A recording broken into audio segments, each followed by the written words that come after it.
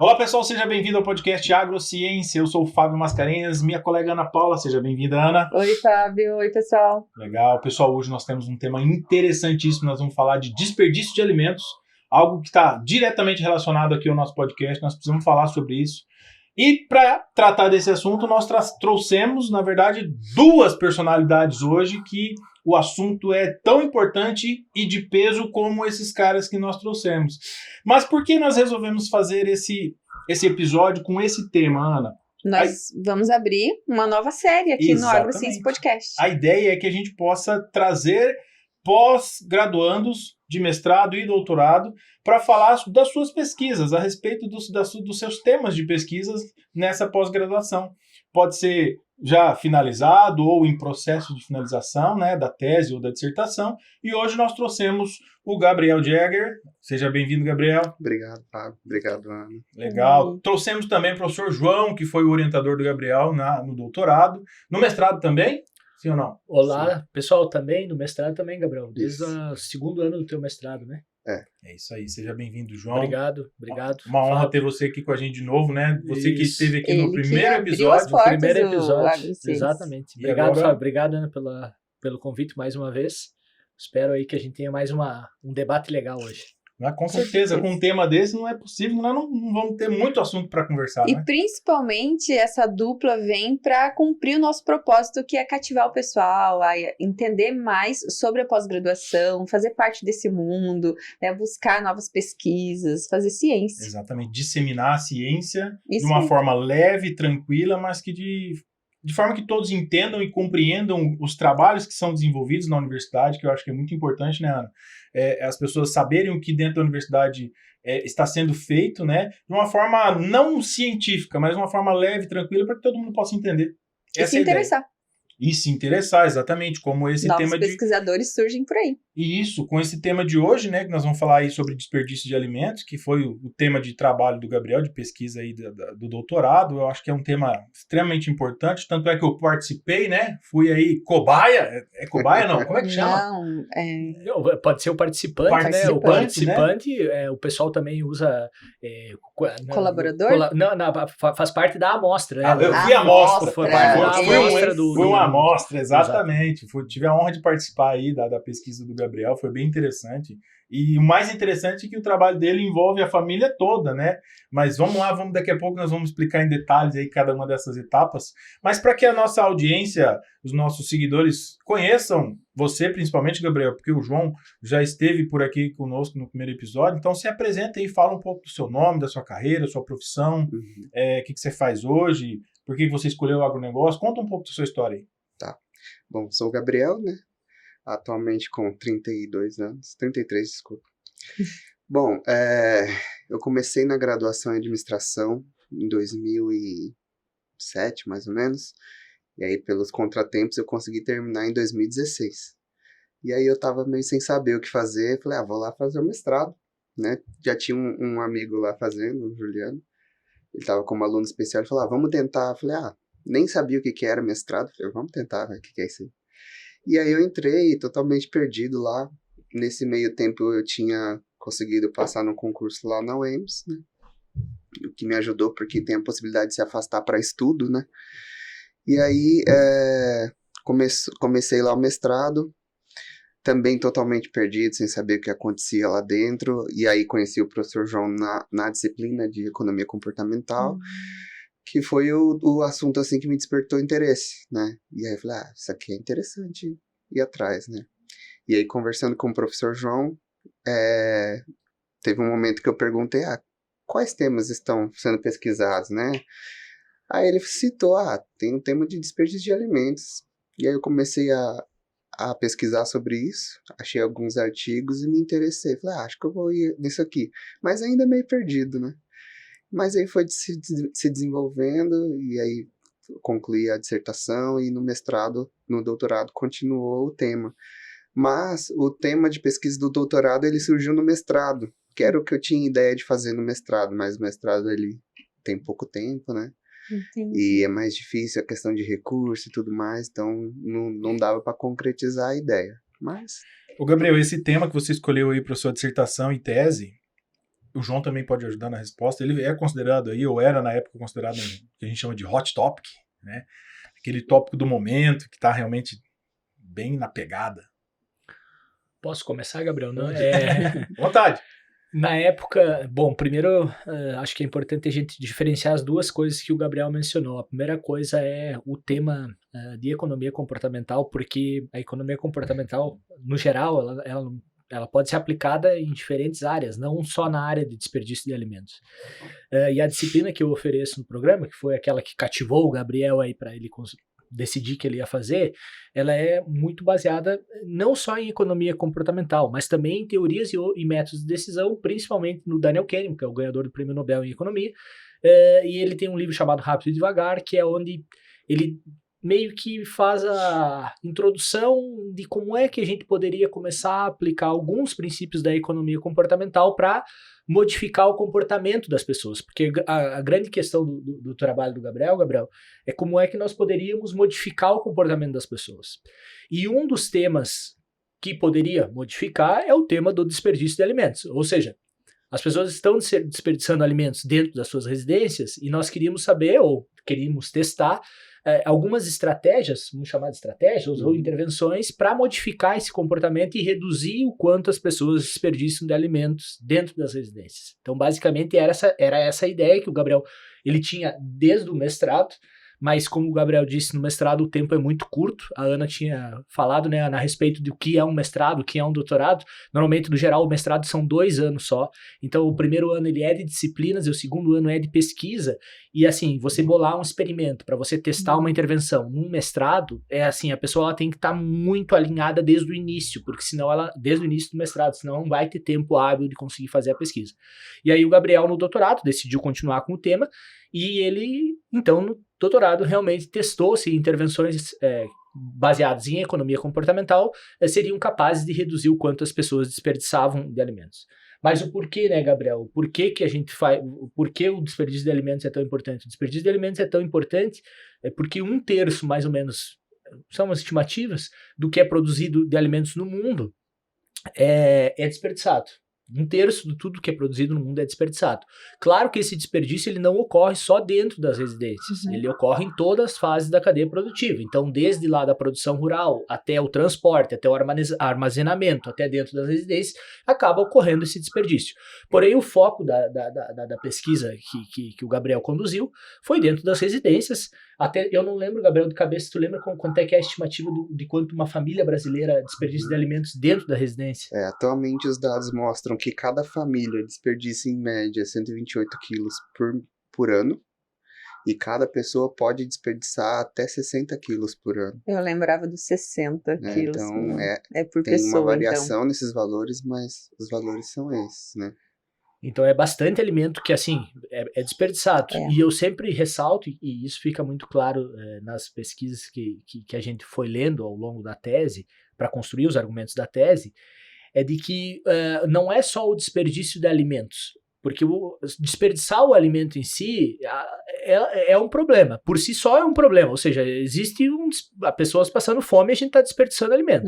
Hoje no mundo, mais de 852 milhões de pessoas estão em situação de fome, né? Existe a questão da insegurança alimentar, com vários níveis de insegurança alimentar.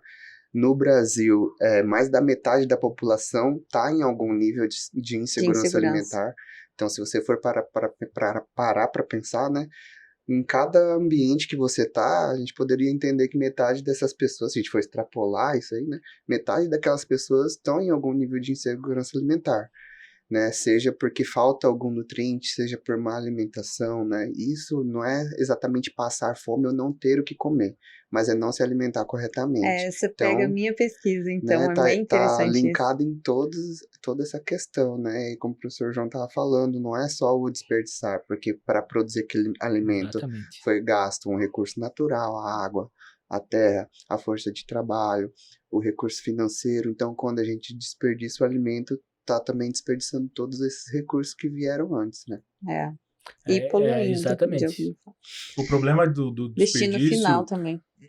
Em casa, eu sei porque, né, eu tive a oportunidade de participar, é que são doses muito pequenas, assim, até certo ponto, né?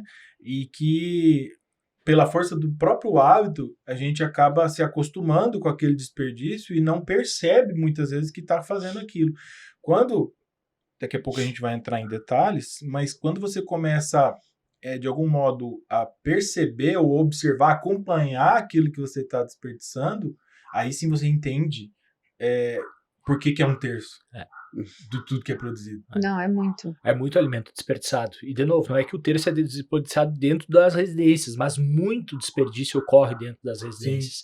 E, assim, o desperdício ocorre dentro das residências, às vezes, sem a gente notar, porque a gente compra uma fruta, essa fruta ela fica lá dentro da geladeira ou fica lá na fruteira por um tempo, ela vai estragar e a gente vai desperdiçar. Isso é desperdício de alimentos, né? Sim. Porque não é só o desperdício daquele que está no prato que a gente deixou de comer e joga direto no lixo, é o desperdício de coisas que a gente deixa estragar na geladeira ou na fruteira, etc. Então existe realmente uma quantidade muito grande de desperdício e que, assim, o mundo inteiro, não só o Gabriel, mas o mundo inteiro, em termos de países desenvolvidos, em termos de universidades de ponta, estão tentando desenvolver estratégias para que ocorra essa redução do desperdício dentro das residências, né? Então o Gabriel ele se encaixou nessa linha de pesquisa e testou algumas intervenções para redução de desperdício de alimentos aqui na cidade de Dourados, que onde foi a amostra, né, que foi o que você estava falando, Fábio, você participou da amostra aí do trabalho do Gabriel. Eu já tô louco para saber do resultado, mas vamos deixar isso aí pro final, pro pessoal ficar aqui até o final do vídeo, mas vamos entender o processo de desenvolvimento do trabalho. Agora nós já descobrimos a importância de você ter feito essa pesquisa, Gabriel, né, e claro, isso impacta diretamente na nossa vida e na vida do mundo inteiro, né, porque esse é um estudo que ele pode ser replicado no mundo inteiro, e aí vocês usaram uma metodologia.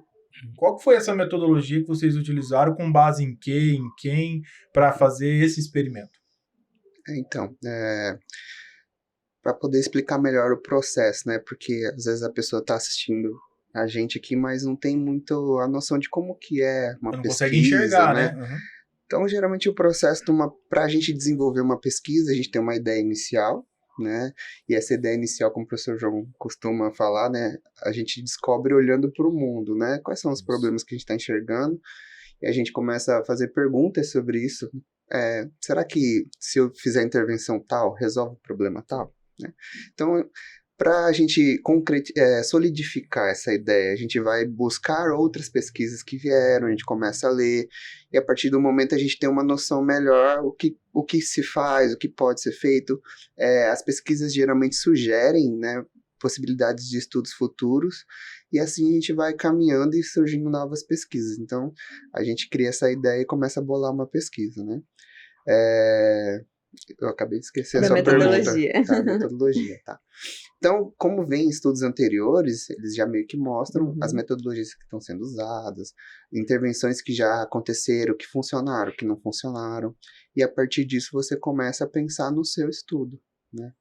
E no caso aqui nosso, essa metodologia ela vai se adaptar, porque depende do local onde você está, do recurso financeiro que você tem disponível para executar aquela pesquisa.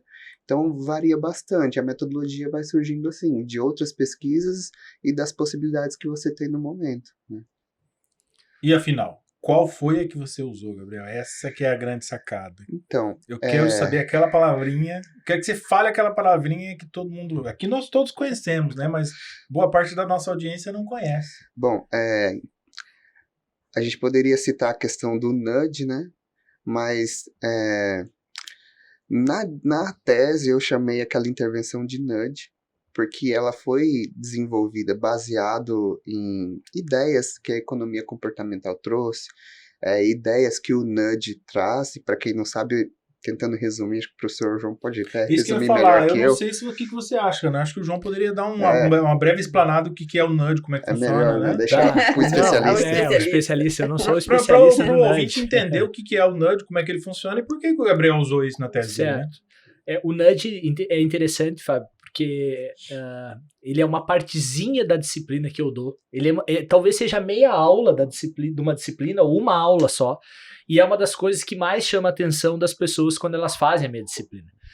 E por quê? Porque o nudge tem um livro que foi escrito sobre ele, né? A palavra ela surgiu desse livro. E a ideia do nudge é um pequeno empurrãozinho, eu tô enxergando o livro daqui, por isso Vou que eu tô pegar lá, falando. deixa que eu pego que eu tô... Já foi. Já foi o fato. E ele foi escrito por 2 pesquisadores, o Cassius Ten e o Richard Thaler. Eles escreveram esse livro com a ideia de que pequenas modificações no ambiente em que a pessoa está podem fazer com que a pessoa modifique o comportamento, certo? Então, as pessoas às vezes acham até um pouco ingênuo essas intervenções, mas são intervenções que são colocadas no livro e que funcionam. Né? Uma das intervenções bem conhecidas que o Nudge apresenta, que é apresentado já no início do livro, é que, por exemplo, você colocar frutas no supermercado, num local onde as pessoas passam com mais frequência, aumenta a compra de frutas. Ou seja, é uma intervenção que ela não necessariamente é uma intervenção que obriga você a comprar frutas, mas ela estimula você a comprar frutas sem você notar que está sendo estimulado a comprar essas frutas. O certo? caso da música lá no supermercado, que eu quase errei, eu acho. Um caso da música no supermercado, né? Você tocar uma música de determinado país aumenta a venda de vinho daquele país no mercado. Mas assim, eu falo sobre nudge na disciplina, o Gabriel utilizou nudges na tese dele, porém a gente tem que ter um pouco cuidado com nudges, certo? O primeiro ponto que a gente tem que ter cuidado é porque o nudge, inclusive existem pesquisas a respeito, ele pode se tornar o que eles estão chamando de sludges, que é quando ele tem um efeito negativo nas pessoas. Então, por exemplo, eu posso estimular as pessoas a ter comportamentos não saudáveis a partir de um nudge, por exemplo. E aí isso acaba fazendo com que o nudge tenha um efeito negativo. A ideia do nudge ela não foi para ter efeitos negativos, mas pode ser que ela tenha um efeito negativo. Existe um segundo problema relacionado aos nudges, que é um problema relacionado às pesquisas no geral, que as pessoas pensam que os nudges resolvem os problemas. E nem sempre os nudges resolvem problemas. Por exemplo, eu não imagino o nudge resolvendo, o nudge por si só o nudge resolvendo o problema de desperdício de alimentos. Não é isso nem que eu, nem que o Gabriel defendemos. O nudge ele pode resolver um pouquinho do desperdício que acontece dentro das... Contribuir para a redução de desperdícios. Na verdade, para modular um hábito, né? Ou para, de repente, desconstruir um hábito antigo para a criação de um hábito novo. Exatamente. E assim, mais profundo é que o que acontece normalmente o que é publicado a respeito de nudges são aqueles nudges que funcionaram. Uhum. Então, às vezes, dá a impressão de que os nudges sempre funcionam. E aí, eu e o Gabriel, a gente tem um recadinho no final, acho que, Gabriel, que nem sempre os nudges funcionam. E os nudges que não funcionam, eles acabam não sendo publicados e, portanto, não vão aparecer nos livros, não vão aparecer nas revistas científicas. Então, quem está no meio fala, nossa, nudge vai resolver o problema. Por quê? Porque eles não estão enxergando os nudges que não funcionaram. Então, resumindo, o que é o nudge? O nudge é uma pequena intervenção que empurra a pessoa, vamos colocar o termo empurrar, para uma direção. Normalmente essa direção é uma direção que vai ajudar as pessoas a tomarem melhores decisões, certo? Redução de desperdício, melhoria de hábito de alimentação e etc. É basicamente isso. Não são intervenções obrigatórias, a pessoa ainda não é obrigatório que ela coma fruta ou compre fruta, não é obrigatório que ela reduz. E nem que se sustente esse hábito ao longo do tempo, né? Essa coisa também. Eu tenho, na verdade, uma questão que eu sempre quis te perguntar e nunca houve oportunidade. Eu falei, agora no podcast que eu vou perguntar. O nudge, como você próprio estava explicando agora, ele é como se fosse um empurrão para a pessoa tomar uma decisão que eu espero que ela tome. Isso. Teoricamente é isso. Você já deve ter lido alguma coisa, deve ter alguma coisa escrita, não sei, em relação a questões éticas disso. Tem. Existe algum estudo que fale, ou alguém trabalhando esse tema, a ética em cima dos nudges? Muito, Fábio, muito a respeito disso. Porque o nudge, basicamente, ele te influencia sem você notar que está sendo influenciado. Justamente por isso que eu perguntei. Então, assim, o nudge talvez, a gente está tratando ele aqui como um conceito, mas se você pensar em termos de marketing, por muito tempo o marketing utilizou mensagens que a pessoa, exato, que a pessoa não estava notando que ela está sendo mensagem influenciada. subliminar agora é proibido já. Exato, né? Então, mas assim, o que é o nudge? O nudge ele não tem a função de mensagem subliminar em termos de fazer a pessoa comprar algo. Não é isso a função. Mas a questão principal é que ela pode realmente modificar um comportamento sem a pessoa notar que está sendo influenciada. Justo. E isso traz uma questão ética importante. Até que ponto eu posso influenciar as pessoas em elas modificarem o comportamento? Sim. Né? E aí, assim, Gabriel, estou lembrando dos artigos do próprio Cassius tem a respeito de quanto uma população aceita nudge, né? Então, assim, já tem pesquisas feitas não para ver se o nudge funciona, mas para ver se a população que está recebendo o nudge aceita ser influenciada por esse nudge. Tem tendência, né? Por exemplo, assim, eu pergunto para ti, Fábio, você está com um problema relacionado ao desperdício de alimentos nas residências do Brasil. Você, como brasileiro, aceitaria que uma intervenção fosse desenvolvida no Brasil para redução de desperdício e essa intervenção ela fosse baseada em nudge? E aí você me diria sim ou não. Então, esse tipo de pesquisa a respeito da aceitação dos nudges por parte das populações já está sendo realizadas. O Cassius tem, eu estou lembrando de alguns artigos deles, e eles realmente mostram que as pessoas, quando elas sabem e entendem para que serve o nudge, elas com certeza aceitam. Mas, de novo, pessoal, não estou falando que o nudge vai funcionar sempre, e nem que ele vai ter um grande impacto, né, Gabriel? Porque uma coisa a gente tem que deixar muito claro, a gente não defende que o nudge ele vai ser a solução para os problemas, sabe? Legal. Ela vai ser um pedacinho de uma solução, mas não uma solução para os grandes Agora problemas. que você queria dizer alguma coisa, Tem uma né? questão, assim, só pra gente entender melhor algumas coisas, porque quando o pessoal vê sobre nudge, acaba parecendo que é uma coisa mágica. Isso. E você desenvolve um nudge, vou criar um nudge do nada. Né? E isso chega até no ponto lá do método da pesquisa, né? Porque para eu desenvolver um nudge, eu preciso entender sobre economia comportamental e sobre tomada de decisão. E outra coisa que a gente precisa diferenciar é comportamento e hábito. Né? Um comportamento é uma coisa, um hábito é algo, vamos colocar que é um comportamento repetido por muito tempo que se torna um hábito. O nudge, ele tenta influenciar o comportamento, por isso chama de intervenção comportamental. Não quer dizer que ele vai mudar um hábito. Bacana, ficou claro isso. Né? Então, por exemplo, existem estudos que dizem que um hábito leva em torno de 66 dias para você criar um hábito. Então, às vezes, igual o professor João falou, o nudge ele não vai resolver um problema, porque às vezes o problema demanda de mudança de hábito e não de comportamento. Então, será que o nudge se sustenta tanto tempo influenciando aquele comportamento até que se cria um novo hábito? Entendi. Até porque existem outros fatores que envolvem, de repente, o cenário que tem a ver com o hábito e que pode ser mais forte do que o próprio nudge. Sim, então, outra questão, como é que você desenvolve um nudge?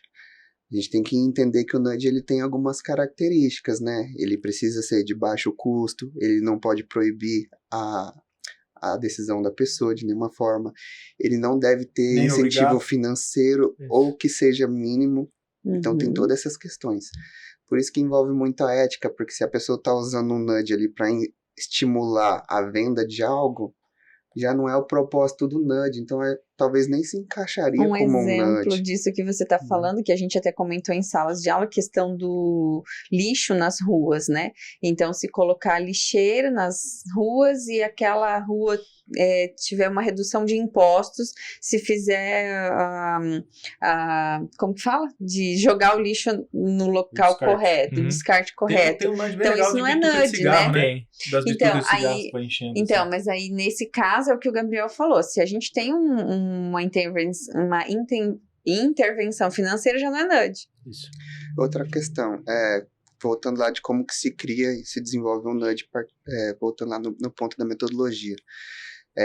Você estudando economia comportamental, principalmente a questão lá do Kahneman, das duas formas de pensar, você vê que algumas decisões do ser humano são baseadas em heurísticas e vieses, que é o que chama dentro da economia comportamental, que são formas de tomar decisão que são propensas ao erro. E é nesse tipo de decisão que o nudge vai atuar. Né? Então, ele tem todo um procedimento e um arcabouço de conhecimento que você precisa ter para você pensar num nudge e tentar colocar ele em prática. Então tem todas essas questões, por isso que não é uma coisa mágica, Não. assim, e principalmente pensar na questão do hábito. Eu acho que chama muita atenção na disciplina do João e a gente acaba pegando ou se aproximando mais do tema, porque é muito da nossa vivência, é muito fácil você assimilar a teoria com a prática, com o dia a dia. Então, acho que por isso que pega e chama Não, e mais outra, atenção. Mexer com comportamento Quer é café? fascinante, né? Querem café? Quando você Não, mexe obrigado. com o comportamento das Não. pessoas e consegue, de alguma forma, influenciar aquele comportamento, é muito legal de se discutir, de falar, cara. Você tá louco. Mas Eu fico muito mais curiosa, com muito mais perguntas quando eu penso em algo que possa fazer intervenção, do que propriamente me aprimorar da ideia de que eu vou conseguir mudar. Eu já começo a pensar em outras situações que aquilo ali pode gerar, sabe? Eu acho muito legal. Só concluindo, hoje, dentro aí das pesquisas, pelo menos é o que eu vejo, é meio fora de moda falar de nudge, né? Eles estão tentando mudar essa nomenclatura para intervenção comportamental, ou só intervenção. Porque você caracterizar algo como nudge é muito difícil e às vezes polêmico, né? Isso. Então acaba ficando meio neutro, assim. E uma coisa que eu acho importante, até porque as pessoas podem pensar que nós queremos modificar o comportamento das pessoas, ou o hábito que as pessoas têm. Então, a primeira coisa é assim, né? Se pensar, João, você é a favor, eu vou falar calma. Né? Eu não sou a favor de você intervir na vida das pessoas de qualquer maneira e a partir disso você modificar como as pessoas decidem, etc. Se você perguntar para mim o quanto de intervenção eu acho que tem que ter, vou falar que o mínimo possível. O mínimo possível de intervenção. A questão aqui, ela é porque realmente a intervenção que nós propomos no trabalho do Gabriel, ela é uma intervenção que no momento em que a gente propôs, a gente não viu nenhum efeito colateral negativo da intervenção, certo? Por exemplo, se a intervenção do Gabriel funcionar, ou seja, e as pessoas reduzir o quanto elas desperdíciam de alimentos dentro da residência, não nos parece, Gabriel, que haveria nenhum efeito negativo na vida da pessoa. Até porque se você perguntar para as pessoas se elas gostariam de reduzir o quanto elas desperdiçam, provavelmente elas diriam sim, eu gostaria. Por quê? Porque primeiro ela está jogando dinheiro fora, porque ela comprou aquele alimento na grande maioria das vezes e está jogando dinheiro fora. E segundo, porque eticamente a pessoa não vai querer desperdiçar alimento. Certo? Então, nesse caso, porque uma das razões pela gente testar é porque realmente a gente não viu nenhum efeito negativo em fazer essa intervenção. Porém, intervenções aonde pode ter um efeito negativo, a gente tem que ter muito cuidado. Sim. Deixa eu dar um exemplo. Outro colega do Gabriel, que foi minha orientada de doutorado, é a Nayara. A Nayara, ela trabalhou com nudes. Mas ao invés dela trabalhar com nudges para redução de desperdício de alimentos, ela trabalhou com nudges para aumento de consumo de frutas pelas pessoas. Ou seja, a Nayara desenvolveu nudges para que as pessoas aumentassem o quanto de fruta elas comeriam. A princípio, isso parece um nudge legal. Né? Por quê? Porque todo mundo, se você perguntar se quer aumentar seu consumo de fruta e comer mais saudável, a pessoa vai dizer quero. Porém, tem um problema que é um problema que a gente chama secundário, que as pessoas chamam de efeito chicote, né, Gabriel? Ou, assim, não é um problema relacionado... É um efeito colateral da intervenção. Então, imagina assim, digamos que a Nayara desenvolva um nudge e as pessoas realmente comecem a consumir mais fruta. Só que ao iniciar o consumo maior de frutas, as pessoas pensem assim, já que eu tô comendo tanta fruta, eu vou parar de me exercitar, porque as pessoas sempre fazem um balanço, né, o quanto ela tá comendo e o quanto ela tá se exercitando. Então ela fala assim, puxa vida, então já que eu tô comendo fruta, eu posso parar de me exercitar.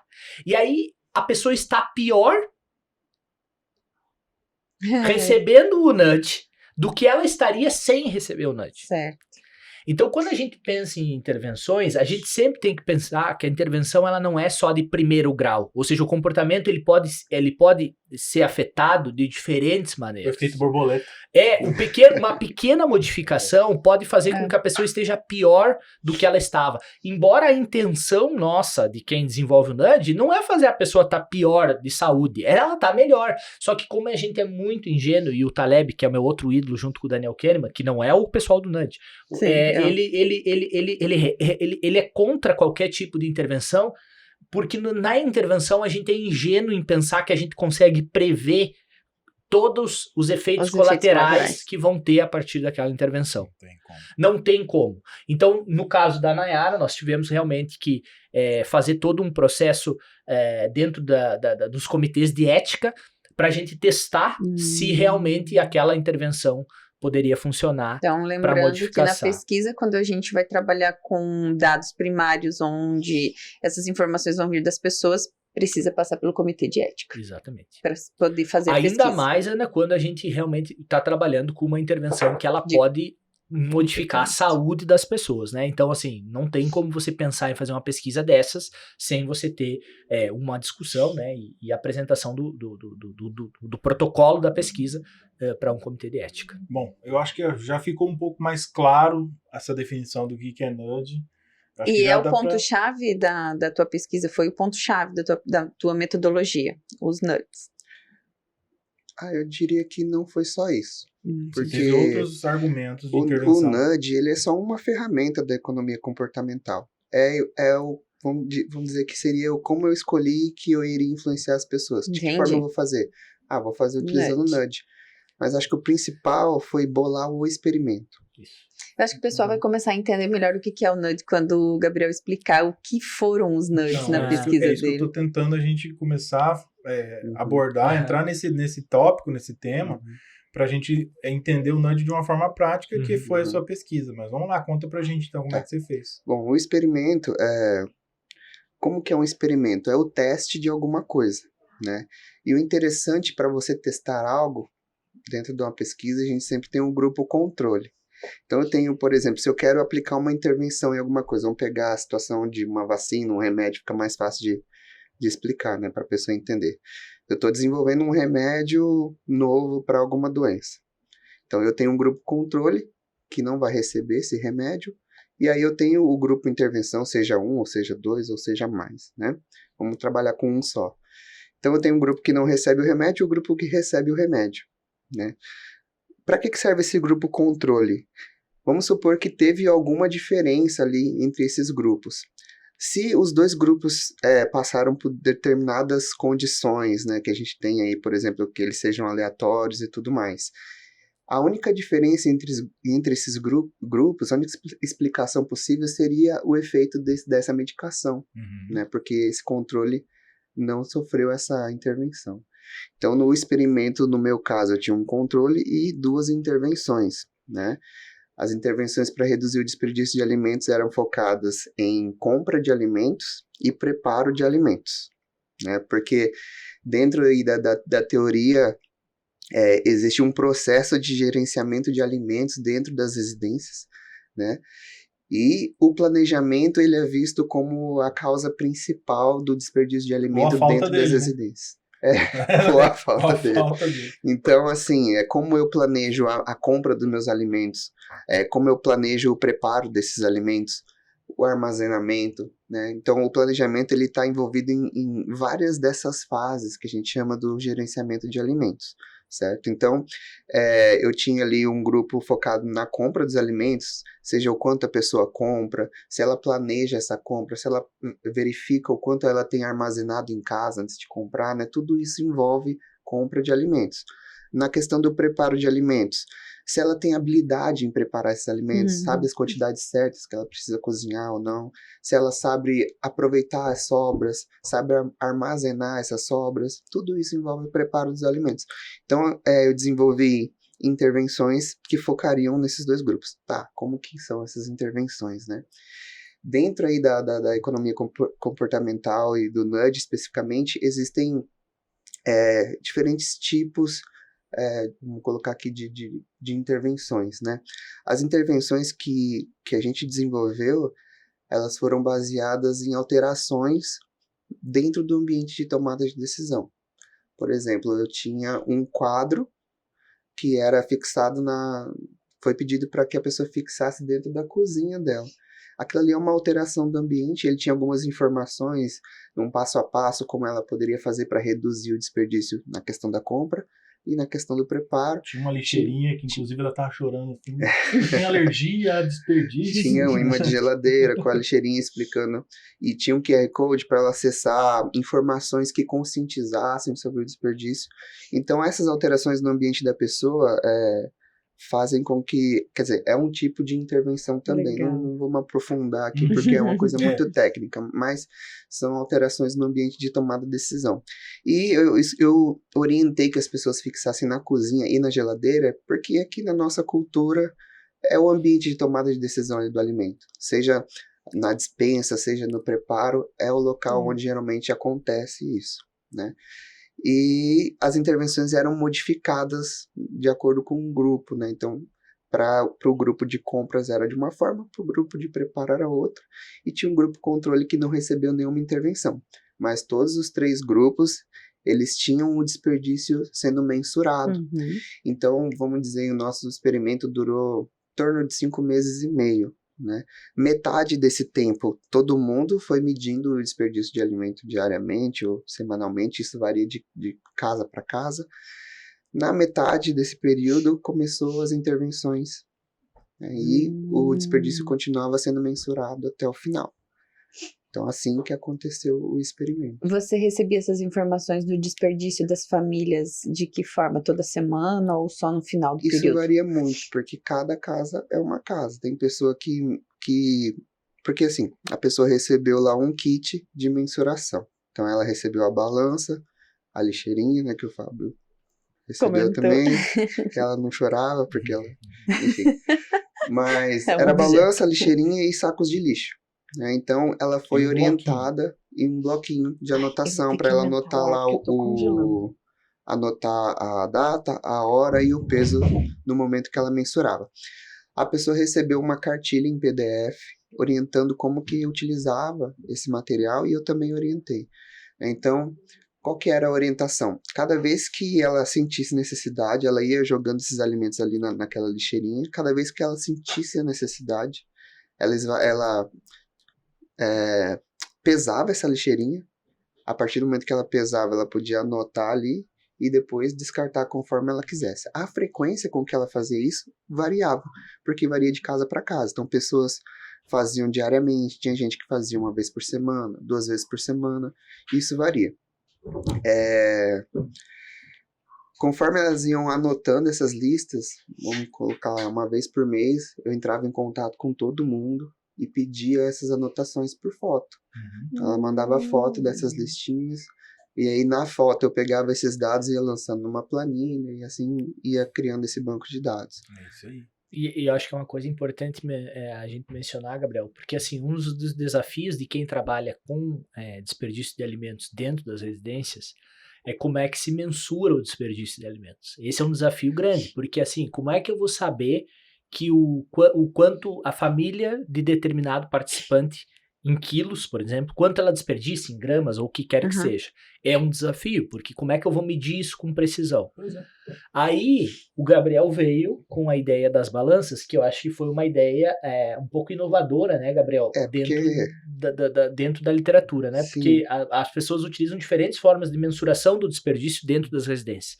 E para nós, o Gabriel veio com a ideia da balança, que talvez seja, acho que a primeira, né, Gabriel, que utilizou isso dentro das residências. Eu acredito que sim, porque assim, existem, vou colocar aqui, 4 principais formas de mensurar o desperdício dentro aí das pesquisas, né, do desperdício da residência. Existe a análise da composição do desperdício, que é quando existe uma coleta pública, geralmente nos países desenvolvidos tem isso, né, essa coleta pública, todo mundo descarta o lixo orgânico. Aí os pesquisadores vão lá, olham esse lixo, e eles mensuram ou pesam quanto aquela região ou aquele grupo de moradores estão desperdiçando, né.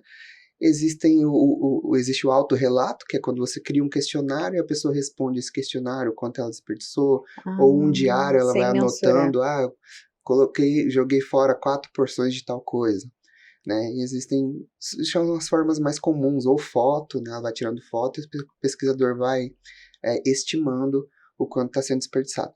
E existe a mensuração direta, que é ir lá e pesar, só que é muito custoso fazer uma pesquisa assim. Então, o que a gente desenvolveu, que foi inovador, é combinar esses métodos. Combinar a mensuração direta pela balança, mas ao mesmo tempo ainda dependia da pessoa. Era um autorrelato, mas com mensuração direta. Isso é que é inovador dentro da pesquisa, porque até onde a gente soube, ninguém tinha feito isso ainda de fato, né? Pegar a balança e ir lá. Isso é importante o Gabriel mencionar, porque primeiro,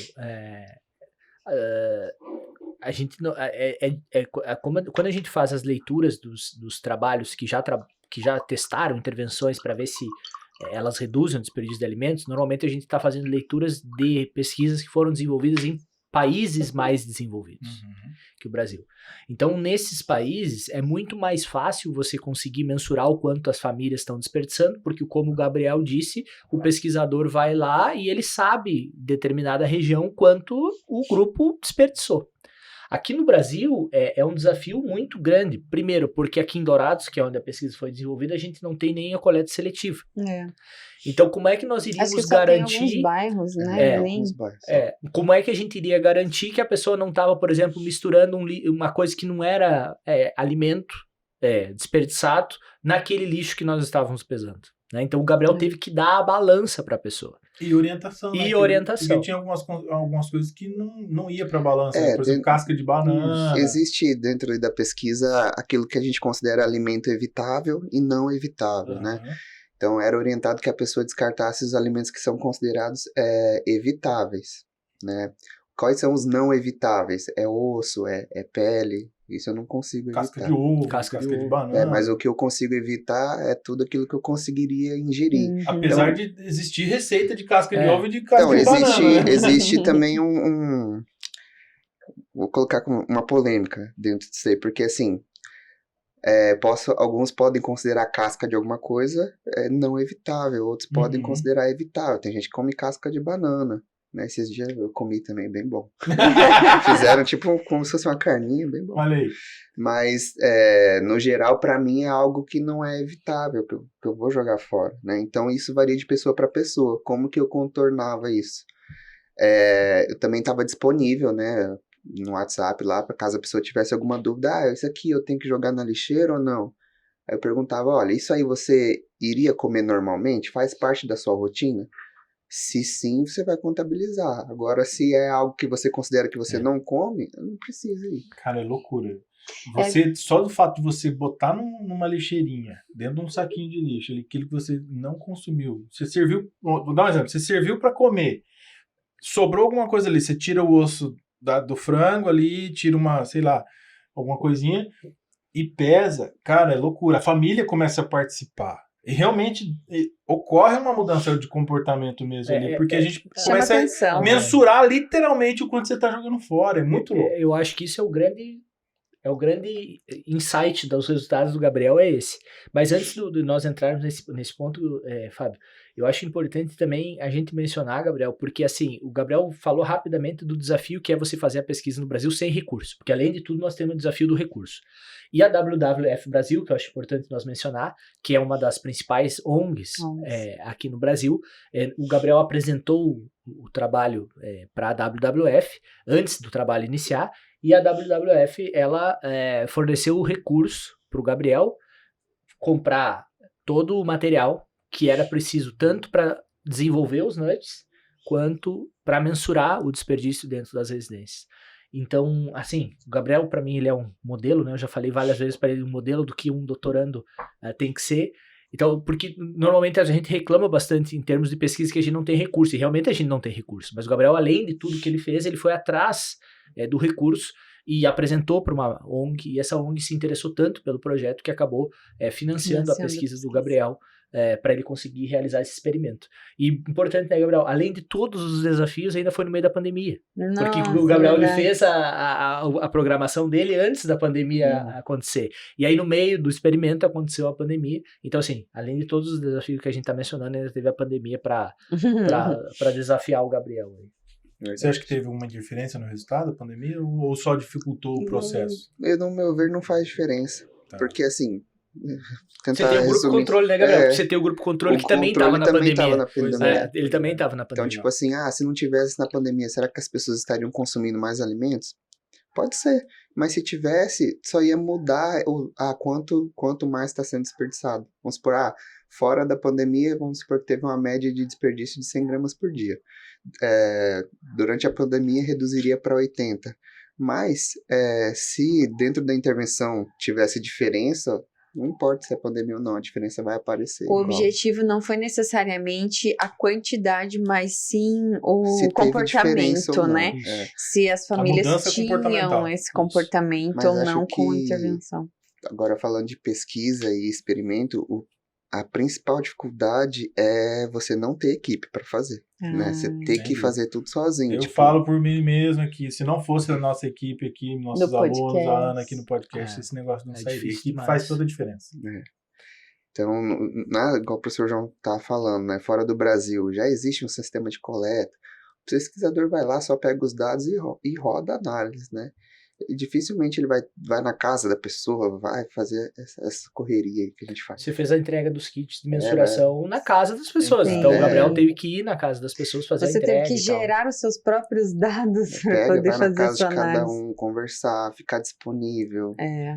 E outra coisa, você fazer pesquisa não é só você saber fazer a pesquisa. Você tem que ter habilidade de se comunicar com as pessoas, ter sensibilidade para lidar com cada um, entender, porque é difícil lidar com pessoas, né? E nisso a sua amostra é composta por quantas famílias? Essa é uma outra questão, porque comparando com fora do Brasil, né? Como o cara já tem todo esse sistema a favor dele, ele consegue atingir lá 10 mil casas, né? Porque já existe esse sistema de coleta. Para nós, não. Então, a ideia inicial era atingir 150 residências, porque a gente viu uma revisão, né, bibliográfica aí que mostrava a média de amostras em estudos que faziam isso, e a maioria tinha em torno dessa quantidade, né? A gente conseguiu chegar em 95, se não me engano, no total. Mas aí tiveram algumas desistências e outras questões, e aí no final... Todos os problemas que uma pesquisa comum normal, carrega, né? E aí então, ficou era 80 residências no 80 final. residências. E aí é no- importante, né, Gabriel? Tinham residências que faziam parte do grupo controle. O que era o grupo controle? Aquela residência só mensurava o desperdício. Tinha o grupo tinha o grupo intervenção relacionado ao planejamento de compra, né? Que receberam intervenções para melhorar esse planejamento e também mensuravam o quanto era desperdiçado, e teve também o grupo Intervenção 2, que recebeu relacionado ao preparo do alimento, e também mensurou o quanto era desperdiçado dentro daquela residência. Então existiam esses 3 grupos, um deles sem nenhuma intervenção, só com a mensuração, e os outros com as intervenções de nudge, também com a mensuração. E aí que vem, acho que a grande questão, né, Gabriel? Que eu acho que deve estar todo mundo esperando. Tá, mas e aí, com toda essa confusão, aí, os certo, nudges não deu funcionaram ou certo. não funcionaram? Né? Ou seja, aqueles que receberam nudges reduziram o desperdício? Não ou conta ainda, não A conta pergunta ainda que que eu não quer tenho. calar. Não conta ainda, deixa o pessoal um pouco mais curioso, que eu ainda tenho mais uma pergunta. Pergunta não, um comentário, acho que você estava falando. O pesquisador tem que ter essa habilidade de lidar com pessoas, saber conversar. No seu caso, você teve que desenvolver a sua amostra e toda a coleta de dados, mas paralelo a isso, a gente sabe que tem muita leitura, tem escrita no meio dessa tese toda, né? Então, sem equipe ainda, né? Não, É eu puxado. queria aproveitar esse gancho, essa deixa aí, e fazer uma observação importante que a gente não fez até agora. Todo esse trabalho, tanto de mestrado, doutorado do Gabriel, foi desenvolvido dentro da UFGD, né? E nós estamos aqui entre Verdade. professores, eu sou professor da UFGD, o João é professor da UFGD, professor do programa de pós-graduação em agronegócio, que é o que nós todos aqui fizemos, né? Nós 3, no caso. O João é professor lá. Então, assim, vale salientar que é um programa importante, já é um programa reconhecido. Nós estamos com nota 4, né? Nota 4. Nota 4, então, na CAPES, é um programa importante para o agronegócio brasileiro, né? Mestrado e doutorado em agronegócio. Estamos aí com mais de 10 anos já de programa, de história, produzindo trabalhos importantes e de excelência como esses que o Gabriel está apresentando hoje aqui, né? A Ana também está apresentando um trabalho agora está finalizando a tese dela nessa área também de alimentos, né, Ana? Trabalhando com a parte de consumo também. Isso. Eu desenvolvi uma tese já mais para a área aplicada, mais prática lá do campo, né? Mais em relação a um estudo de viabilidade econômica para implantação de um sistema. Mas, enfim, são vários trabalhos, né, que são importantes para o agronegócio, e a proposta dessa série que a gente está inaugurando hoje é justamente essa. Tá trazendo esses trabalhos aqui para mostrar, como foi mostrado hoje, né, todo o desenvolvimento, a importância, o porquê que aquele trabalho foi feito, de que forma que aquilo colabora para o desenvolvimento regional, local, do país e, por que não, para o setor do agronegócio. E essa é a grande proposta dessa série, né, do nosso podcast aqui, trazer essas pesquisas desenvolvidas dentro dos programas de pós-graduação. Não é exclusivo ao PPG Agronegócio, a gente também vai trazer outros trabalhos de outros cursos, quem sabe de outras universidades. Então, assim, eu acho que vai ser uma série bem bacana para a gente conhecer esse universo, esse mundo da pesquisa científica de uma forma leve, descontraída, gostosa. Né? E é bacana, deixa eu até comentar um pouquinho com o Gabriel, porque, como você mencionou, eu sou do programa também, a minha tese é voltada para o consumo alimentar e o impacto desse consumo nos gastos com saúde da população brasileira. No seu caso, desperdício de alimentos, né? Então, nós temos as duas. Você está falando do desperdício de alimentos, que é uma situação meio, onde nós temos a ponta, que é a produção dos alimentos, e a ponta final, que é esse descarte, que é a produção de lixo, o descarte desse lixo em locais corretos e tudo mais. Na sua tese, qual discussão que você fez?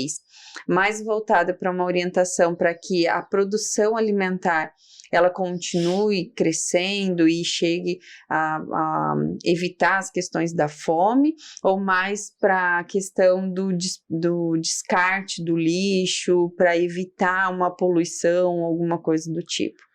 Então, lá no início da pesquisa, na justificativa, né, a gente já mostra que o que o mundo produz de alimento dá para alimentar a população. Então, não necessariamente a gente precisa aumentar essa produção, e por isso justamente reduzir o desperdício era importante, porque se a gente reduz, a gente já tem capacidade de alimentar essa população com o que a gente já consegue produzir, né? E eu acho importante, né, Gabriel? Porque, assim, às vezes as pessoas pensam que a gente não produz o suficiente para alimentar a população. O que a gente não faz o suficiente é distribuir renda suficiente para as pessoas acessar o alimento. É diferente, o problema é diferente do que as pessoas pensam que é.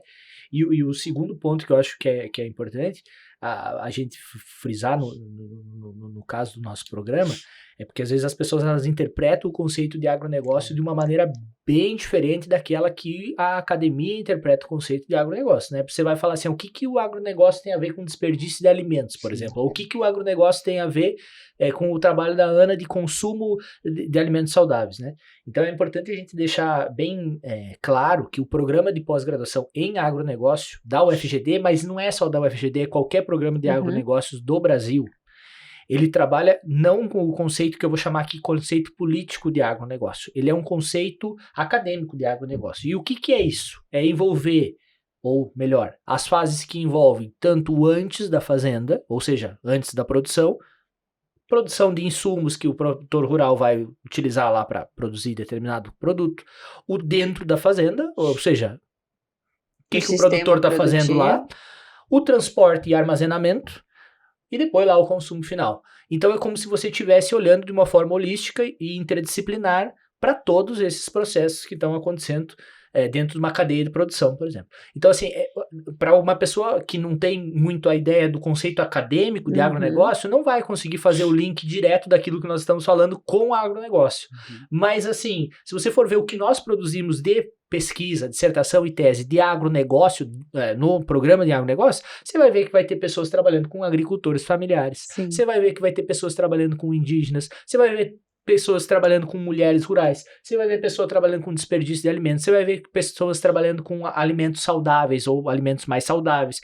Então, é uma interpretação diferente daquela interpretação política que as pessoas dão ao termo agronegócio. Exatamente. Essa explicação do João, ela é formidável, justamente para você que escuta aquela frase e não concorda. quando você escuta que tudo é agro. Uhum. E de fato, a tua explicação deixa muito claro que realmente tudo é agro. É difícil você encontrar alguma coisa que você não consiga relacionar ao termo acadêmico do agronegócio. É difícil, né? Porque, por exemplo, a produção, vamos botar uma coisa assim, por exemplo, a produção de borracha faz parte do agronegócio. A A produção de nossa sapato. roupa. A produção de sapato Se faz a parte do gente for agronegócio. resumir, né, tudo que envolve matéria-prima e alguma relação de negócio, seja privado ou até público, né, é agronegócio. Sim. Então, tipo, dando exemplos mais simples, né, a camiseta que a gente compra na loja, ela tem uma matéria-prima e está envolvendo uma relação de negócio quando o consumidor vai lá e compra. Sim. Isso é agronegócio. Então,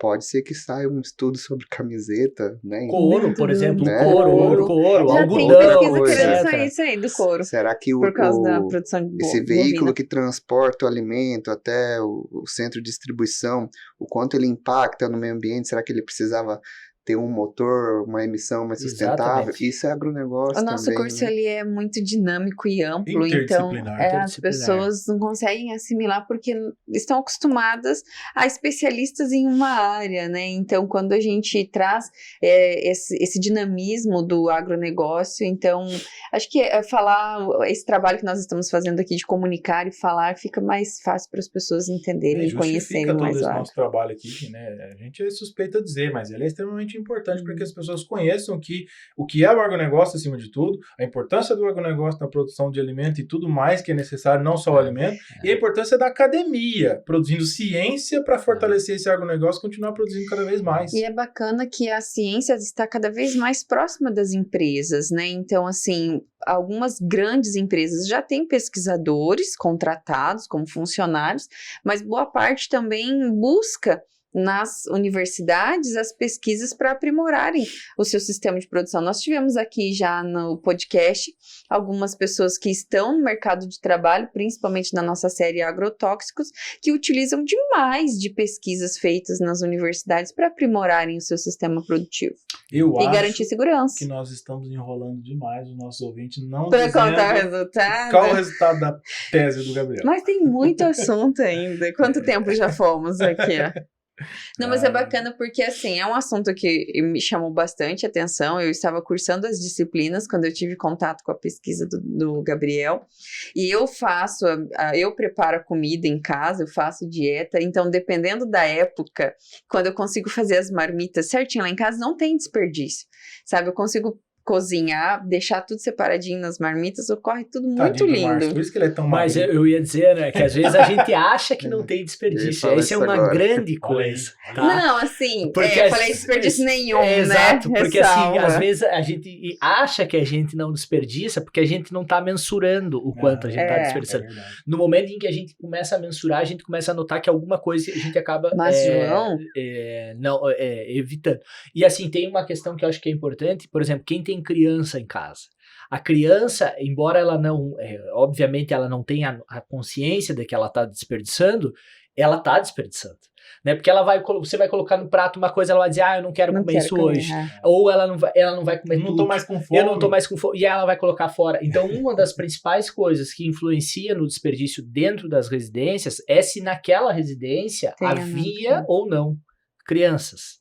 Né? Porque quando há criança, há mais probabilidade de ter maior desperdício comparado com uma residência sem criança. Isso é tão legal da pesquisa, porque a minha pesquisa são os idosos. No meu caso, se a residência tem ou não o idoso, vai interferir no gasto com saúde na minha pesquisa e não só a alimentação. Então, pensar em qual variável que eu vou ter que usar no modelo para poder compensar essa amostra é muito legal. Fazer pesquisa é muito legal, gente.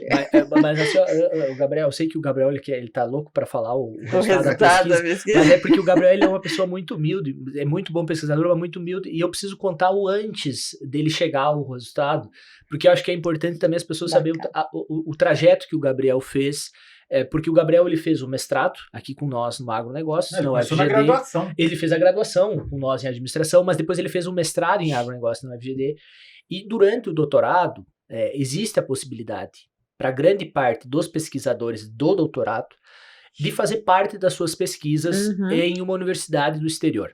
Inclusive, na entrevista para entrar no mestrado, eles perguntaram por que você quer entrar no mestrado, né? Como eu falei que eu tava perdido no início. Uma das coisas que eu falei porque tem possibilidade de ir para fora, eu quero ir.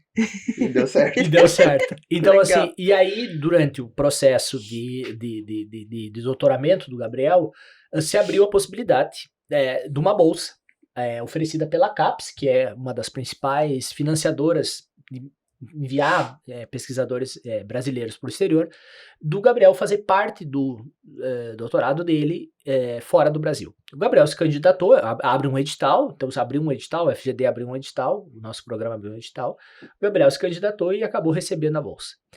Quando você vai se candidatar para receber ou não a bolsa, você já tem que indicar quem são as possíveis pessoas fora do Brasil que estariam dispostos a te receber. Né? Porque você já tem que colocar lá, assim, vou para a universidade tal por causa disso, disso e disso.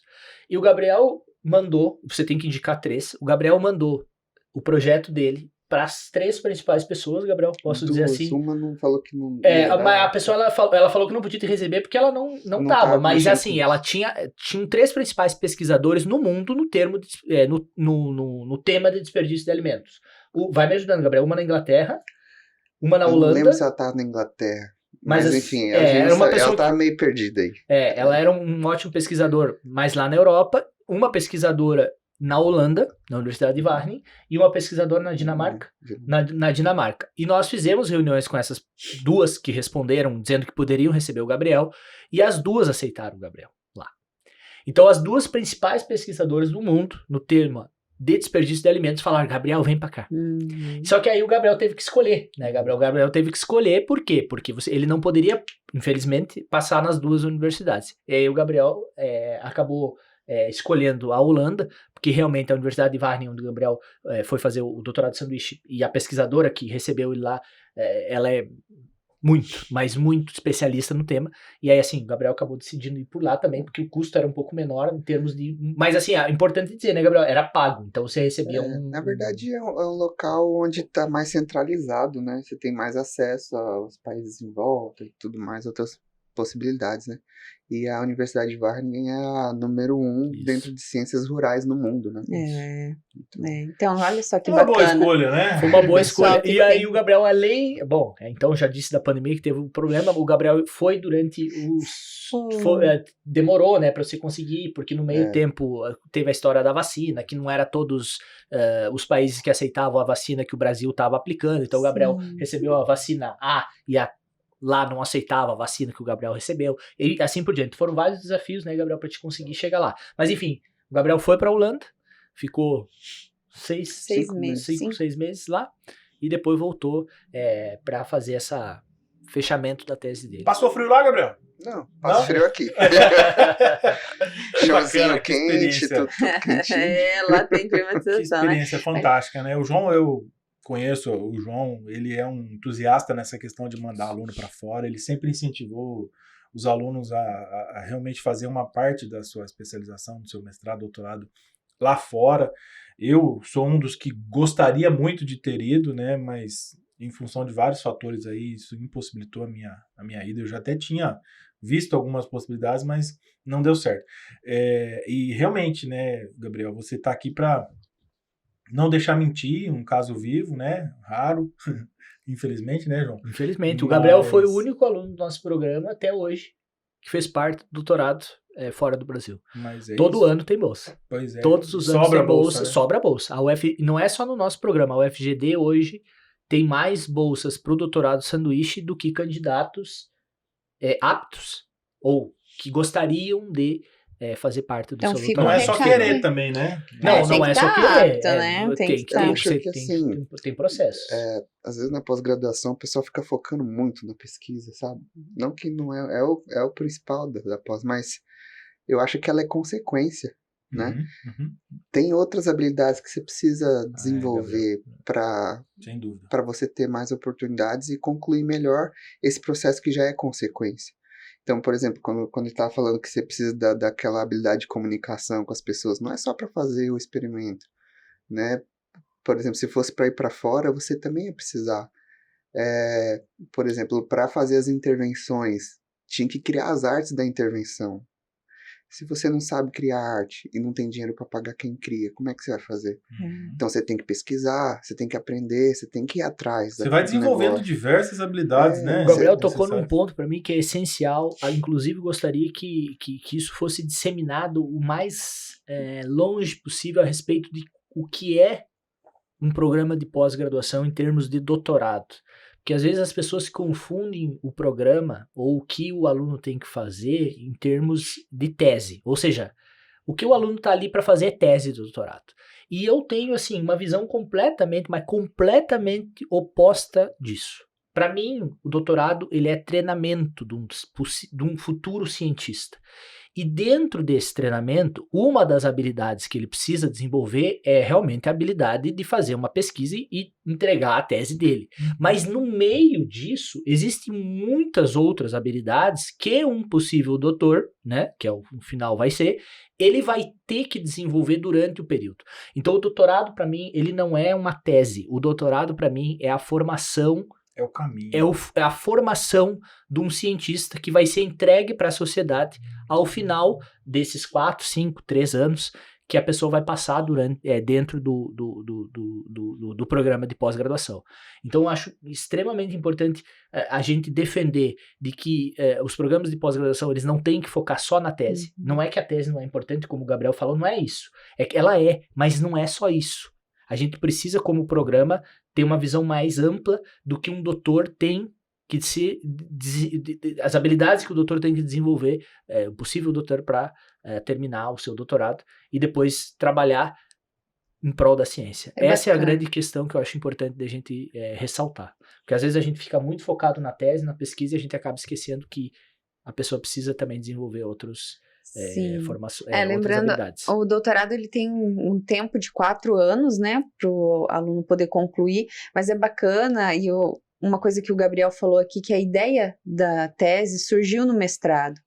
Então, quando você inicia o doutorado com uma ideia madura e um alinhamento com o seu orientador, você consegue ter uma estrutura sólida para você caminhar, navegar e poder se aperfeiçoar em diversas outras áreas.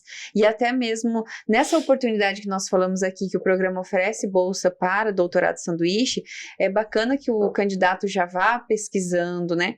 E quando ele já vem com essa ideia já consolidada, né, para o programa, ele vai ter muito mais oportunidades. Então, é o recado, entrar no programa já preparado também, né? É outra coisa que eu queria destacar, né? Como o professor João fala que eu sou humilde, ele também é, né? Porque, assim, a orientação é o que faz também a diferença na vida da pessoa. Eu costumo falar aí nos bastidores, né, que o orientador ou ele derruba a pessoa ou ele levanta. Não tem meio termo. Então a orientação, porque o doutorado por si só ele não forma a pessoa. É caminhar junto, né? Eu né? acho que é a isso. orientação A forma. É isso. Se você foi uma pessoa que teve uma boa formação, você vai conseguir formar alguém melhor. Eu acredito que o professor João teve essa qualificação e ele consegue passar isso pro orientando dele. Então, às vezes a pessoa entra na pós sem noção, sem orientação, e se ela não for bem instruída ali naquele início, ou alguém chegar e mostrar, olha, tem esse caminho, tem aquele caminho, dá para você fazer isso, dá para fazer aquilo, mostrar que a pessoa tem várias possibilidades, que ela pode alcançar aquelas possibilidades, porque às vezes a pessoa não consegue nem imaginar que tal possibilidade exista, né? Então é uma coisa que eu falo com o professor João também sobre ir para fora, né? As pessoas precisam ter mais contato com isso, né? Para ver que aquela pessoa que está sentada ali do meu lado, ela foi, eu também posso. Não é um bicho de sete cabeças. Né? Na época do Ciências Sem Fronteiras, né? Eu falo, naquela época do Ciências Sem Fronteiras, a gente tinha muito contato com essas pessoas porque era mais fácil conseguir essas bolsas, as pessoas se interessavam mais, mas hoje parece que não tem um interesse. Então, tipo, talvez esse interesse, por que essa falta de interesse, por que ela existe? Talvez é porque eu acho que é impossível, porque eu não tenho contato com ninguém que foi, não conheço. Ou às vezes fica sabendo muito em cima, sabe, Gabriel? Eu acho que é bacana isso. Mas que como a gente tem todo ano, né? E você falou um ponto importante, questão de oportunidade. Eu acho que a gente precisa salientar também, João, que quem tem interesse em participar ou cursar programa de pós-graduação, né? Sei lá, você que está assistindo agora, está no mestrado, aliás, está na graduação, né? Aí nos últimos anos, e tem interesse ou curiosidade de conhecer um programa de pós-graduação, quando você finalizar a sua graduação, você tem a oportunidade, como você estava dizendo, de, inclusive, cursar uma disciplina como aluno especial. Uhum. Vai lá, se matricula, faz uma disciplina de 6 meses, vê se é aquilo que realmente você quer, conhece o programa, as linhas do programa, os professores, os colegas, as possibilidades, né? É uma possibilidade, uma oportunidade de conhecer um mundo novo. E a partir daquele momento, você já começar a traçar o planejamento para, quem sabe um dia, quando você já estiver lá no mestrado ou no doutorado, e também para fora. Eu acho que o planejamento começa aí. Tudo tem que ser com planejamento, né? E tendo essa percepção, essa visão, isso que a Ana estava falando, da pessoa às vezes ficar sabendo de última hora, não conhecer os processos, eu acho que quem tem vontade e interesse tem que estar ligado. Tem que estar acompanhando o site, acompanhando os editais, né? Eu acho isso extremamente importante, sabe? Atrás. Porque o Gabriel ele foi muito atrás das coisas. O Gabriel falou que eu ajudei ele na orientação, até acredito que eu e o Gabriel nos damos muito bem, então assim, foi uma parceria que funcionou, mas muito também pela característica do Gabriel de correr atrás das coisas, né? Porque quando eu falei que o Gabriel conseguiu o contato da WWF, foi muito mais ele correndo atrás da WWF do que eu correndo atrás da WWF. Quando o Gabriel consegue ir para o exterior, tudo bem que eu mandei alguns e-mails, mas assim, é ele correndo atrás. A galera que hoje, Fábio, está entrando na pós-graduação, eu acho uma galera muito acomodada. Mas acomodada demais. Eles poderiam estar buscando oportunidades que são oportunidades que estão aí. Que estão aí. É só a pessoa falar, eu quero...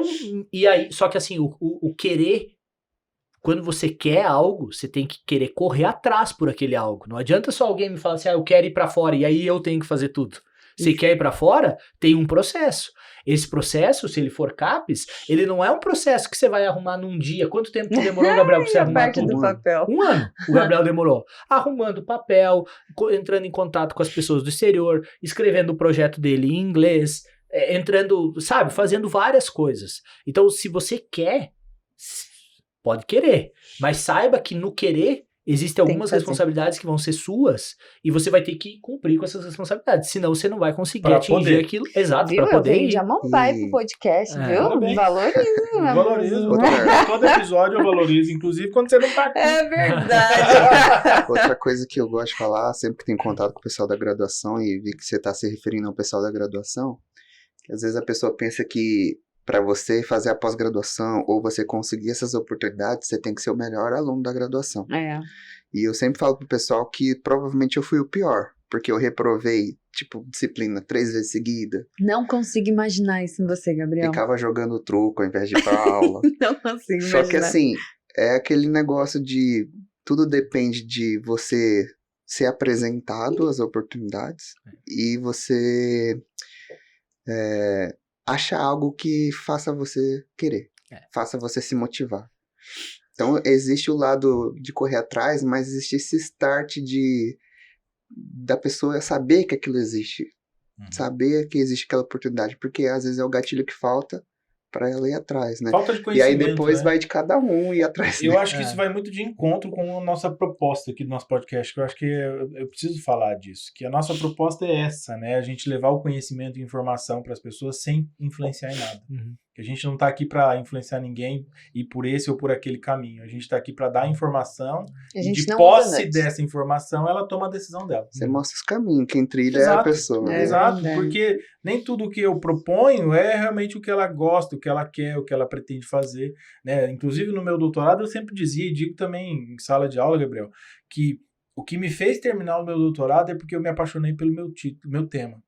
Eu nunca pensei em estudar avicultura na vida, né? Mas eu me apaixonei de um tanto, a Ana também, pelo tema que ela está hoje, que ela me fala, me apaixonei de um tanto pelo tema, que aquilo me motivou e me segurou até o fim, inclusive depois do infarto. Né? Então, acho que você gostar daquele tema, daquilo que você está fazendo, é fundamental. Ninguém faz o que não gosta. Né? Mas assim, não faz bem feito, pelo menos. Uma outra questão que eu acho que complica essa situação é o idioma, né? Que é o inglês. E muita gente não gosta do inglês, né? Porque sofreu na escola, sei lá, vários motivos, Eu mas... tenho vários traumas. né, Me identifico. Mas assim, é tão tranquilo, eu acho pelo menos uma língua tranquila, só que assim, as pessoas não sabem como que saber inglês muda a vida delas e abre as oportunidades. Sem dúvida. Né? Então acho que é um ponto importante de destacar. Agora mesmo, agora Importantíssimo. nos bastidores aqui, o João tava mandando um áudio ali em inglês ali que eu falei, Meu sonho é "Eita". falar com Entendi essa tudo. facilidade. Mas o inglês é outra dessas habilidades que eu estava dizendo. Não é eu que decidi que o inglês ia ser a língua da ciência. Não fui eu. Se eu tivesse Exato. decidido qual seria a língua da ciência, eu teria decidido português, que era muito mais fácil. A questão é que as pessoas no mundo científico se comunicam em inglês. Uhum. Então, se o Gabriel for escrever, que ele realmente agora está escrevendo o artigo dele vai ser publicado numa revista em inglês. Inclusive, a tese do Gabriel é em inglês, mas isso já é acima daquilo que era esperado para quem está fazendo doutorado no Brasil. Mas se ele for apresentar num congresso internacional, ninguém vai estar falando português naquele congresso. As pessoas vão estar falando em inglês. Então, não é eu que decidi isso e não foi o Gabriel que decidiu isso. O mundo, do mundo científico, está falando em inglês. E aí não é para dizer que quem não fala inglês não é bem bom pesquisador e etc. Tem ótimos pesquisadores que não falam inglês. A questão é que quando ele for comunicar isso para a comunidade científica, e a comunidade científica, para entender ele, vai ter que ler ou assistir o que ele escreveu, ou o que ele apresentou em inglês. Essa é exatamente a questão. Então, se é o inglês ou não é o inglês, não determina se a pessoa é boa pesquisadora ou não, mas o que ela comunica tem que ser em inglês. Porque é a língua que os outros cientistas utilizam para entender aquilo que você fez. E é bacana reforçar que tanto o João quanto o Gabriel tiveram experiências fora do país. Eu falo a minha filha mesmo, quando ela se forma em inglês o ano que vem. Então, assim, o aniversário de 15 anos dela já é o intercâmbio. Não tem opção. Assim, ela vai ficar um tempo fora do país, porque senão não adianta ela ter estudado. Ela entrou com 6 anos na escola de inglês, vai terminar com 15. Ficar esse tempo todo aqui no país, estudando inglês e não ter essa experiência fora. Então, e graças a Deus ela comprou a minha ideia, ela já tá pesquisando os intercâmbios, ela já tá interessada. Vou dar uma dica pra você. Não, fala pra ela ir pra um lugar onde ela não vai ter contato com brasileiro. Ela não tem a possibilidade de falar. Ela já tem 2 opções, uma no Canadá, né, Vancouver, e aí tem outra também, mas não me atentei a isso. Mas Vancouver tem bastante brasileiro. Tem, né? Mas é uma opção da pessoa, porque em todo lugar tem brasileiro. Tá. Raça, né? Não Se para quiser passar indicações, mas eu acho importante isso. E aí a gente volta nessa questão da oportunidade das bolsas sanduíche. Eu não tive nenhuma experiência ainda fora do país e eu tenho uma dificuldade muito grande de conseguir falar o inglês. A língua é presa mesmo, Mas, assim, sabe? Assim, só sem delongar muito essa parte, só pra dar dicas, né? Como que foi meu processo pra aprender inglês, né? Eu nunca fiz um curso de inglês, assim. Eu cheguei Gabriel é autodidata. Eu trabalhei numa escola de inglês, vendendo curso de inglês. Só que assim, eu sempre procurei ter contato com a língua, né? Porque eu gostava de tentar conversar com um estrangeiro, queria viajar. Então, assim, o que me motivou a aprender inglês? Uma coisa besta da vida. Um dia eu tava num aeroporto lá em Belém, que eu morava lá, e eu jogava videogamezinho, achava que sabia inglês, né? Por causa dos jogos e tudo mais, eu assistia um filme legendado. E aí eu tava no aeroporto, porque a gente ia lá comer às vezes de madrugada, e uma amiga minha falou, tá vendo os gringos ali? Duvido, sei lá, conversar com eles. Eu falei, vou lá então. Aí cheguei lá, mandei aquele básico, né? What's your name? Não sei o que, qual é o seu nome? E aí eles responderam, perguntei onde eles estavam indo, eles estavam indo pro Rio de Janeiro. Só que quando eles começaram a perguntar as coisas pra mim, aí ferrou. Aí o bicho pegou. Eu falei, cara, como que eu não tô conseguindo conversar com outra pessoa? Isso não pode acontecer. Isso me revoltou. Eu falei, não, eu preciso resolver isso. E aí eu tentava ter contato, então eu procurava me informar onde que ia ter gente estrangeira. Se eu via, eu ia lá tentar conversar. E nessas você vai se desbloqueando, você vai perdendo medo. É você buscar esse contato. Isso se desenvolve naturalmente ao longo do tempo. Eu quero aproveitar aqui a oportunidade, já que a gente está falando do inglês. João, vende seu peixe aí. Nós temos uma disciplina no programa que é toda em inglês, inclusive com participação de alunos de outros países. Por favor. Isso. Bom, Fábio, ela é uma disciplina a respeito de mudanças climáticas.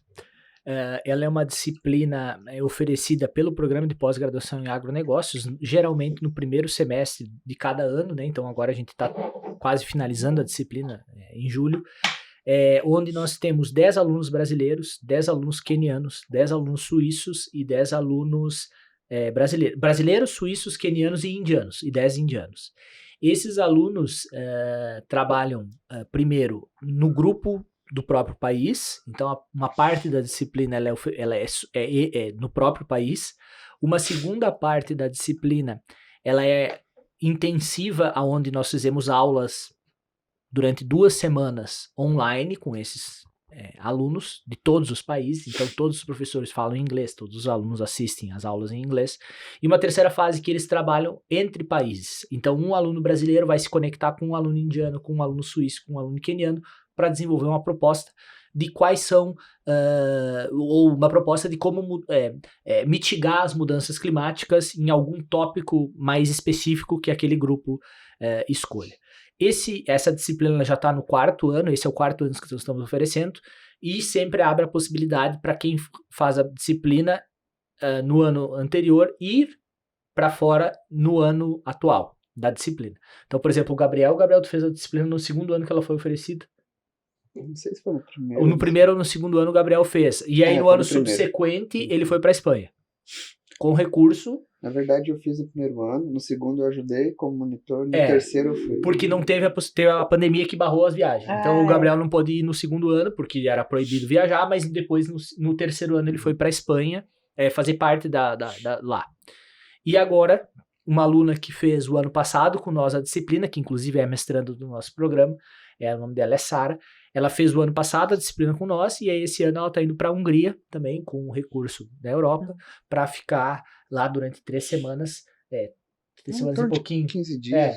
Ela me disse que vai ficar umas 3 semanas lá, trabalhando com temas relacionados a mudanças climáticas. É uma disciplina bem internacional, mas assim, o requisito... Aí você vai falar, qual é o requisito para participar da disciplina? Eu vou falar, o requisito de você falar inglês. Fluência. Você tem que ter fluência em inglês, porque se você não tiver fluência em inglês, você não consegue acompanhar a disciplina. Aí você vai me perguntar, João, já teve gente que fez que não é fluente em inglês? Eu vou falar, já teve, porque a gente tem dificuldade de conseguir recrutar alunos brasileiros que tenham um nível suficiente, fluente de inglês para conseguir passar e acompanhar, né, toda a disciplina. E aí a gente acaba selecionando mesmo sem 100% de fluência para que a gente consiga fechar esses 10 alunos. E agora eu vou dar um testemunho que eu tive a oportunidade semana passada de fazer uma visita técnica na disciplina. O João me convidou. Na verdade, fui eu que me convidei, é verdade. Falei, João, quero ir nessa visita, porque era uma fazenda que eu gostaria de visitar. E em um determinado momento da visita lá na fazenda, o João juntou o grupo, os alunos da disciplina, e foram discutir a visita, que era parte da disciplina. Exato. Que língua que eles falaram? Inglês. A disciplina é inglês. Nós estamos no Brasil. Os alunos, salvo uma aluna que não é brasileira, ela é... ela é da Nicarágua. Mas enfim, maioria brasileira, ou todos brasileiros quase, mas a proposta da disciplina foi respeitada e eles reuniram para falar em inglês. Foi muito legal. E aquela questão de você correr atrás, né? Vou dar um exemplo dessa disciplina, né? Quando eu estava lá como monitor, né? Eu já tinha tentado ir na versão presencial e eu tinha sido aceito e veio a pandemia e cancelou, né? E lá, ajudando o professor João na disciplina, teve um momento lá onde precisaram separar os alunos e aí eu me disponibilizei a moderar a sala lá para o pessoal da Suíça. Então, parece uma coisa simples, mas eu acho que isso ajudou eu ter a oportunidade de ir para lá. Porque quando foi no final daquele ano, a pessoa que era responsável por moderar me mandou e-mail falando, viu, você não quer participar de novo? Tenta de novo entrar lá. E aí eu tentei o processo todo e acabei indo. Eles não pagam deslocamento, geralmente, para os alunos ir para lá. Mas só pra gente que é do Brasil, eles estão pagando deslocamento. Que legal. Então, oportunidade, mais uma oportunidade. Então, né? assim, é nessas coisas simples que a gente vai indo, né? E se a gente pensar, Gabriel, em termos de pós-graduação, eu não vejo nenhuma pós-graduação no Brasil se consolidando se ela não for internacional. Nenhuma. E não é porque a gente não é bom, é porque a CAPES que é quem nos avalia, exige cada vez mais que os programas sejam internacionais. Então, nós irmos para fora e nós trazermos pessoas de fora é, assim, urgente para que a gente consiga consolidar não só o programa de agronegócio da UFGD, qualquer programa de pós-graduação, para a gente conseguir consolidar isso. Então, também os suíços já vieram, né, Gabriel? Já vieram para cá, ficaram um tempo junto com nós recebemos 2 alunas e 2 professores que ficaram um período aqui. Nós já fomos também para a Suíça algumas vezes, e a gente sempre busca estreitar essas relações que podem aparecer com parceiros internacionais. Para mim, isso é uma das coisas que mais me estimula dentro da pós-graduação. E só destacar para o pessoal que está ouvindo a gente, assistindo também, é bacana porque dessa forma, os trabalhos que são realizados aqui chegam para mais pessoas no mundo inteiro. Então, essa é a grande importância também de reconhecimento da pesquisa, de acesso dessas pesquisas por outros grupos de pesquisa também. É isso aí. Pessoal, vocês perceberam que Tem assunto. hoje nós falamos mais da parte ciência do agrociência, né? Hoje abordamos mais a parte científica da coisa. Então, essa é a proposta. Até esses praticamente 22 episódios anteriores aí, nós falamos muito do agro em si, especificamente do agro, né? Mas como a nossa proposta é muito abordar o agro e a ciência, o conjunto, o casamento e o que sai disso, né? Justamente por isso surgiu essa série que nós estamos iniciando hoje. Então, trouxemos os nossos convidados aqui, o João Borges, Gabriel Jäger, para falar um pouco dessa parte científica do agronegócio, que eu acho que é fantástico, importante. Como a Ana falou, tem muito assunto, muita demanda para a gente ficar a noite inteira conversando aqui sobre isso, e ainda mais se tivesse uma Heineken aqui. Né? Se tivesse uma Heineken. Se vocês me perguntaram onde é que eu aprendi inglês num bar. Né? Onde é que eu aprendi inglês? Eu aprendi inglês falando, tomando cerveja. Mas é bem importante, né, Fábio, da parte da ciência, mas o Gabriel e eu acho que a grande maioria das pessoas ali no programa, elas veem uma aplicação prática daquilo que a gente desenvolve. Então não é só criar o conhecimento, é tentar vincular a criação desse conhecimento a alguma possível solução prática, que foi o que o Gabriel fez. Não é uma pesquisa teórica sobre o sexo dos anjos, é sobre como é que nós resolvemos um desperdício de alimentos que está acontecendo dentro da residência. Então é uma pesquisa científica, sem dúvida nenhuma, mas ela é uma pesquisa científica com uma aplicação prática. Até porque nas bancas nos questionam, né? Qual é a contribuição social da sua pesquisa, né? Tem tudo isso também. Se me perguntam, Ana, isso, e eu sou o candidato, eu vou dizer, eu não tenho a mínima ideia. Eu não tenho a mínima ideia do que vai acontecer nessa minha pesquisa, que eu acho que é um ponto que o Gabriel vai trazer. Não, mas eu acho que, sem mais delongas, eu acho que a gente já pode ir partindo para o encerramento. Mas o Gabriel tem que dizer se os nudges funcionaram ou não Então, funcionaram, até porque a gente tá só falando. Era o que eu ia propor, né? Vamos lá, vamos parar de enrolar os nossos ouvintes, seguidores, vamos ao resultado e para a gente partir para o encerramento.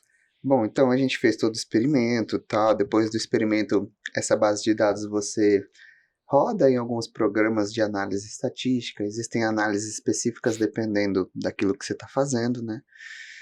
E aí você chega num resultado lá, que no nosso caso, a intervenção não funcionou para... que não deixa de ser um resultado. Mas é um resultado, né? Porque... você precisa saber que uma peça não funciona no seu carro para você saber qual é a peça melhor para ele. Exatamente. Né? Então, a ideia é essa. Não funcionou, não funcionaram as intervenções para reduzir, para influenciar as pessoas a reduzir o desperdício de alimento, mas uma coisa que o professor João comenta, que é quando você entra no caminho ali da pesquisa, é um caminho, por isso que ele falou que não tem noção nenhuma do que vai acontecer, porque a gente realmente não sabe o que vai acontecer. Você faz a pesquisa procurando, tentando observar uma situação e a realidade ela é incontrolável, né? A gente não sabe o que vai acontecer e você encontra resultados que você não esperava. No nosso caso, o Fábio relatou isso como participante agora aqui, né? Durante o podcast, falando que envolvia a família inteira, que só dele ver ali que ele tava, o quanto ele desperdiçava, aquilo já influenciava ele a falar, poxa, olha o tanto que eu tô desperdiçando, eu preciso reduzir isso. E na verdade foi isso que aconteceu. A gente observou que o simples fato da pessoa mensurar o desperdício fez com que ela reduzisse o próprio desperdício. Então houve sim uma redução de desperdício, dentro desse experimento, mas essa redução ela não foi causada pela intervenção, e simplesmente pela própria pessoa mensurar o Pela desperdício dela. consciência. Exatamente, Isso. de mensurar. Eu fiz parte da amostra sem estar participando da pesquisa, porque como eu tive contato quando eu entrei, né? Então, em casa, como eu estava falando, quando eu faço a marmita, eu percebo que eu jogo menos, assim, tanto que não sobra o que a gente coloca ali na marmitinha e todo mundo come, só que aí tem só a questão das cascas, aquelas outras questões. Mas quando não faz marmita, é difícil demais você acertar.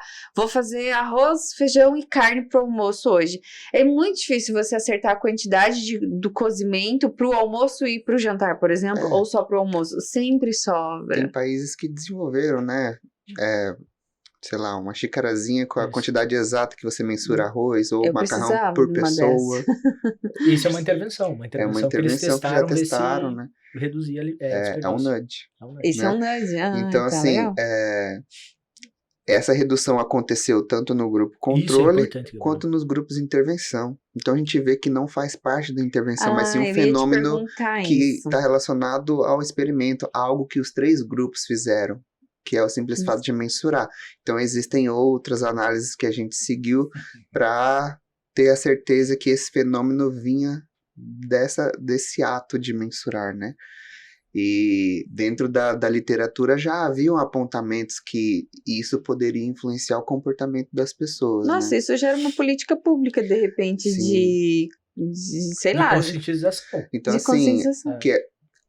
eu não vejo muito como conscientização. Mas porque, de assim, mensuração mesmo, né? Por exemplo, Se você colocar uma eu tô lixeirinha na frente mensurando da ali, casa... né? Eu tô mensurando e vi que eu tô desperdiçando muito. Aquilo só me conscientiza do meu comportamento, mas não da situação do desperdício, né?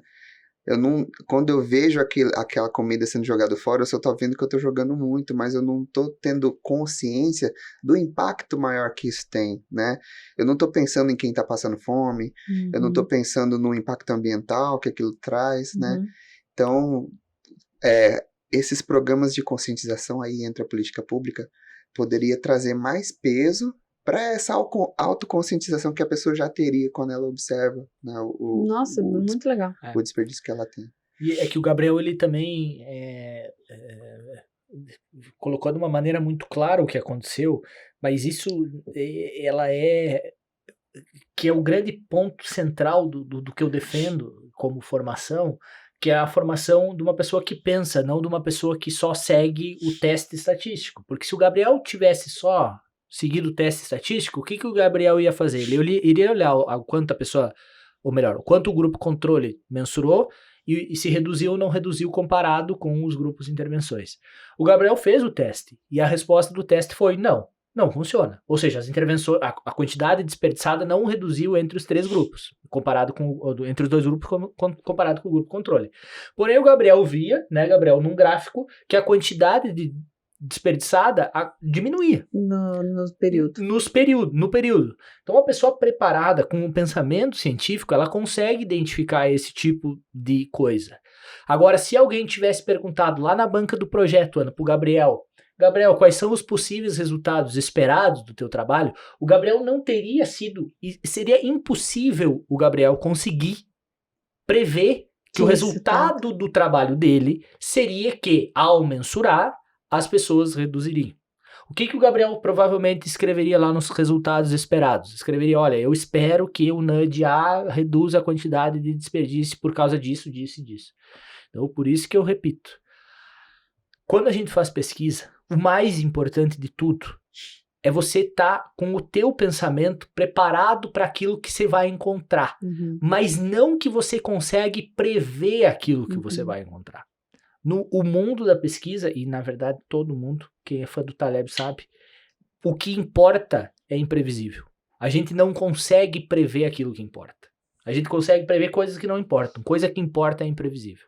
Por isso que brigo muito dentro do programa e como vejo ciência, para que as pessoas elas não sejam tão focadas naquilo que elas estão esperando, mas que tenham a mente aberta para caso elas encontrem algo, elas consigam identificar que elas encontraram algo. Porque é assim que a ciência funciona. E assim, dá a impressão de que eu comecei pronto, sabendo disso tudo, mas isso aí é um conhecimento que a gente vai adquirindo com o tempo, né? E ir lá para fora do Brasil também ajudou muito nisso, porque chegando lá, na hora que ia fazer as análises lá com a orientadora de lá, nossa, ela queria revirar o banco de dados. E se a gente olhar assim? E se a gente fizer tal coisa? Será que isso aqui tá acontecendo por causa disso? Aí eu já tava puto já, né? Porque, putz, essa mulher não para de pedir coisa, reclamava pro professor É a João. curiosidade científica, Não, né? não para de pedir coisa, que a gente já fez de tudo já, o que ela tá querendo. Mas aí a gente vai vendo que é isso que o professor João Cara, tava eu tô falando, me vendo né? nessa situação, porque eu tô trabalhando com microdados. Eu criei uma base de dados gigantesca, assim, sabe? Fiquei 2 meses só montando banco de dados. Então, agora que eu tô aprendendo a rodar, cara, você fala assim, mas e se eu rodar isso aqui com isso aqui? Aí você não vai terminar nunca. Tipo, Não, e não hora é só terminar, Ana, é que tem uma questão que ela é filosófica por trás. Se você ficar procurando coisas sem... Você Sem vai nexo, encontrar coisas. Você vai encontrar aquela coisa. Então, o grande problema que eu vejo, por exemplo, em Big Data, etc., é porque esses Big Data, o mais importante é o cérebro por trás do Big Data. Esse cérebro, ele tem que entender que se você ficar procurando correlação em números aleatórios, a correlação ela vai ser encontrada. Mas não porque essa correlação é real. É simplesmente pela Porque ela é quantidade de combinação. variáveis que você tem, você vai acabar encontrando essas correlações. Por isso que eu acho tão importante não é a criação, é o estímulo que a pessoa que está realizando um programa de pós-graduação, ela tenha para desenvolver o pensamento científico. E não focado muito na tesezinha ali dela. Tanto é, Gabriel, tu me permite, quantas páginas tem tua tese, Gabriel? 80 páginas, mas quanto é de anexo? Ah, bastante. A tese do Gabriel, não sei se tem 40 páginas. Eu diria que por aí. Não sei se tem 40 páginas. Se você pegar teses hoje em dia, na nossa área, tem tese de 400 páginas. Deus me livre pra ler. Mas não é só pra ler, né? O que tem ali não serve pra nada. Enrolação. A questão do Gabriel, o Gabriel ele fez uma coisa bem construída, uma questão teórica por trás, de uma razão por que ele estava fazendo, e ele fez bem feito. Essa é a principal questão. E tanto é que ele fez bem feito, que também vou dar um spoiler, não sei se o Gabriel ia falar, mas acho importante mencionar, que a gente submeteu o artigo dele, né, que é o resultado da tese, que apresenta os resultados de que os nudges não funcionaram, mas que houve um efeito da mensuração, a gente submeteu para uma revista muito boa na área, e a revista já nos respondeu, né, existe um processo de revisão, mas os revisores apontaram, né, já fizeram a revisão inicial, apontando que com algumas pequenas alterações, que eu chamaria de pequenas não, mas alterações médias, o artigo vai estar aceito para ser publicado. Inclusive, eu já quero deixar adiantado que vocês passem, por gentileza, os links de todas as publicações de artigos da própria tese, para a gente deixar aqui abaixo, né, da descrição desse vídeo, para que os nossos ouvintes tenham acesso e quem tiver interesse e curiosidade de conhecer o material mais a fundo, ter acesso. E tipo, outra coisa que eu queria comentar sobre a tese, né, é que a proposta era lá testar o nudge, mas nada impede da gente ir além, né? Tipo, como foi encontrado esse resultado, tinha uma coisa que eu queria fazer também, além, que eu aproveitei a tese, né, porque eu queria comparar se aquilo que a pessoa mensurava na balança correspondia ao tanto que ela dizia que desperdiçava, né? Comparar a realidade com o subjetivo que ela achava que desperdiçava, né? Legal. Porque você, como participante, deve lembrar que tinha umas perguntas lá. Quanto você acha que você desperdiça por mês? Quanto você acha que desperdiça no geral? E isso aí provavelmente vai gerar um outro artigo que eu estou escrevendo, que a gente vai usar análise de inteligência artificial para tentar predizer quais são as variáveis que indicam como a pessoa pode ser mais precisa, ter mais acurácia na hora de relatar o desperdício de alimentos subjetivamente. Então, isso são várias inovações dentro da literatura, porque a gente inovou com um método de mensuração diferente, a gente inovou mostrando que o simples fato de mensurar faz desperdiçar, isso é uma inovação, e não é eu que estou falando. Mensurar evita desperdiçar. A orientadora do estrangeiro falou, isso aqui você tem que destacar porque isso aqui é uma inovação muito forte. Sim. E Isso é uma coisa importante, Gabriel, porque quando eu pergunto, a galera que tá fazendo doutorado, qual é a inovação da tua tese antes de você começar a tese, você tem que falar, não sei. Eu não sei, porque a inovação da tese do pode Gabriel aparecer depois. apareceu bem depois Ô, gente, da mas história. eu vou falar pra vocês. Agora eu vou fazer um desabafo. Vou desabafar. Vou. Isso aí deixa a gente louco. Essas Mas quem pressões não- na nossa cabeça de que a sua tese tem que ser inovadora. Mas o que você tá Tem que ser fazendo? inédita. Tem que ser... Deixa a gente doido, porque é exatamente isso que vocês estão A falando. inovação do Gabriel apareceu bem no final da Eu tese. preciso, peraí, deixa eu fazer, deixa eu chegar pelo menos na fase da qualificação, mas não, você chega, você nem terminou os créditos, você já tem que saber a inovação da tua tese. E hoje Vamos, mesmo, coordenador. eu tava trabalhando nesse artigo e vi que, assim, as pesquisas estão falando, olha, você precisa combinar métodos de mensuração para a gente conseguir métodos novos que sejam mais precisos e sejam mais eficientes na questão de custo. Porque quando você deixa para a pessoa falar o quanto ela desperdiça, é menos custoso. Você não precisa comprar uma balança aí na casa Sim. dela, né? Só que, ao mesmo tempo, esse método ele tem algumas desvantagens, porque depende da memória da pessoa, ele é propenso ao erro, né? Então, um método ideal ainda, ele tá na procura. Mas qual que é a inovação por trás disso? Ninguém sabe o que faz a pessoa ser precisa ou não. Então, essa Eu não análise, que é saberia. uma análise também inovadora, porque não existe análise de inteligência artificial, que use inteligência artificial nessa temática da literatura, vai usar uma análise inovadora e também tentar mostrar para o meio científico quais são possíveis variáveis que pode dizer se a pessoa pode ser mais precisa ou não. Bacana. Tendo esse conhecimento em mãos, eu consigo desenvolver métodos melhores, intervenções melhores e a vida que Bacana. segue. Né? Bacana. E aí, dona Ana? Ah, eu adoro pesquisa, né? Vamos encerrar, porque já deu o nosso horário, já deu o horário de vocês. E coitado dos nossos seguidores que estão até agora Tá bom, aqui, vão né? assistir Não, até o o pessoal final, vai vão gostar. tudo querer fazer Não, sem dúvida pesquisa. nenhuma. Essa conversa foi boa Eu demais. acho que bom. tá louco. Isso aqui é um assunto que eu tava esperando há muito tempo. Tanto é que eu tô incomodando vocês há quantas semanas já pra vocês virem aqui. Porque eu sei da qualidade do papo, do assunto, do trabalho que foi desenvolvido pelo Gabriel. Eu acho que isso aí foi muito legal. E outra, tem muito assunto ainda pra gente conversar, pra falar. Que se Nossa, deixar, se a que gente vai falasse longe. só sobre o consumo de alimentos, Pois já é. daria outro episódio. Vamos lá marcar, quem Lógico. sabe? Por que não? Dá Um pra- outro possível orientando teu que esteja trabalhando com algo relacionado a isso, por que não? Traz pra lá. Exatamente, dá pra nós marcar. Eu acho importante, Fábio, um dia nós conversar só do programa de pós-graduação. Aí nesse dia, sabe o que nós temos que trazer? Esse é o dia da Heineken. Ah, ele... Esse é o dia da Mas aí Eu Heineken. que começa não a sair bebo, vou verdades, aí é beber. problema. Não?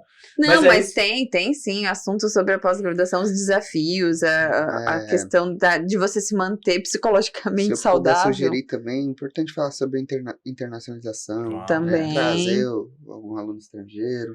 Trazer um próximo Verdade. programa. Vai ser seis temas para nossa série teses e dissertações, né? Acho É que bastante. não falta, né? Tem muita coisa aí que a gente pode falar. Mas, antes de finalizar, nós não podemos esquecer de pedir para você curtir aqui o nosso vídeo, compartilhar com o máximo de pessoas que você conseguir, seguir a gente aqui nas redes sociais, ativar o sininho para que esse vídeo possa chegar por o maior número de pessoas possível e assim a gente conseguir levar mais informação sobre ciência, sobre o agronegócio. Acima de tudo, compartilhar a informação verdadeira.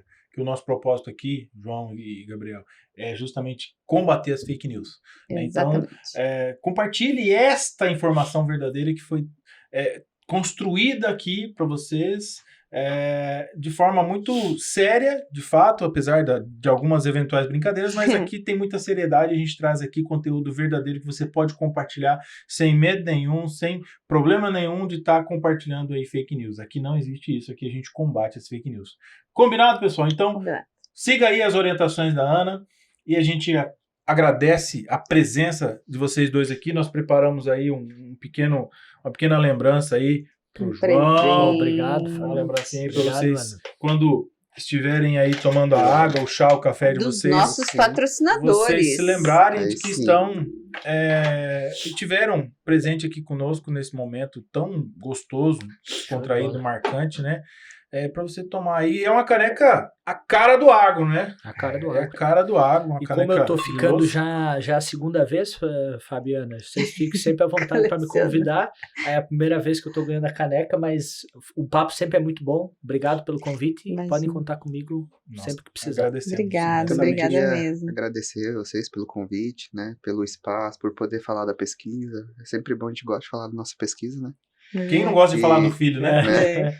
E é isso também, me coloco à disposição sempre que vocês precisarem de alguma coisa. Obrigado, Obrigada. pessoal. Depois de tanta insistência e tanta luta para vocês estarem aqui, mas não Agenda, por não, agenda. não porque vocês não queriam vir, né? Mas o exatamente. problema é a agenda É a dos agenda. dois, a nossa, é difícil mesmo, mas finalmente nós conseguimos gravar esse Valeu a episódio. pena, tão deu o quê? importante. Deu- Valeu muito a pena, sem dúvida Pô, nenhuma. deu um tempão Tempo aí. bom, bate-papo Pela bacana. quantidade de tema, nós ficaríamos mais, mas Verdade. em função do avançado do tempo aí, vamos encerrando por aqui. Queremos agradecer os nossos seguidores que estão conosco até esse momento e dizer que daqui a pouco a gente está trazendo outros temas, outros assuntos aqui. Ou pra- se o pessoal quiser também, né, sugerir algum tema ou perguntar alguma coisa, se é estudado isso na pós-graduação em agronegócio, pode deixar aqui nos comentários também. As dúvidas, né, as sugestões, os comentários, fiquem à vontade, que a gente está aqui para ouvir vocês também. Beleza, pessoal? Até o É isso próximo aí. episódio. Um abraço a todos, fiquem com Deus e até o próximo. Tchau! Tchau.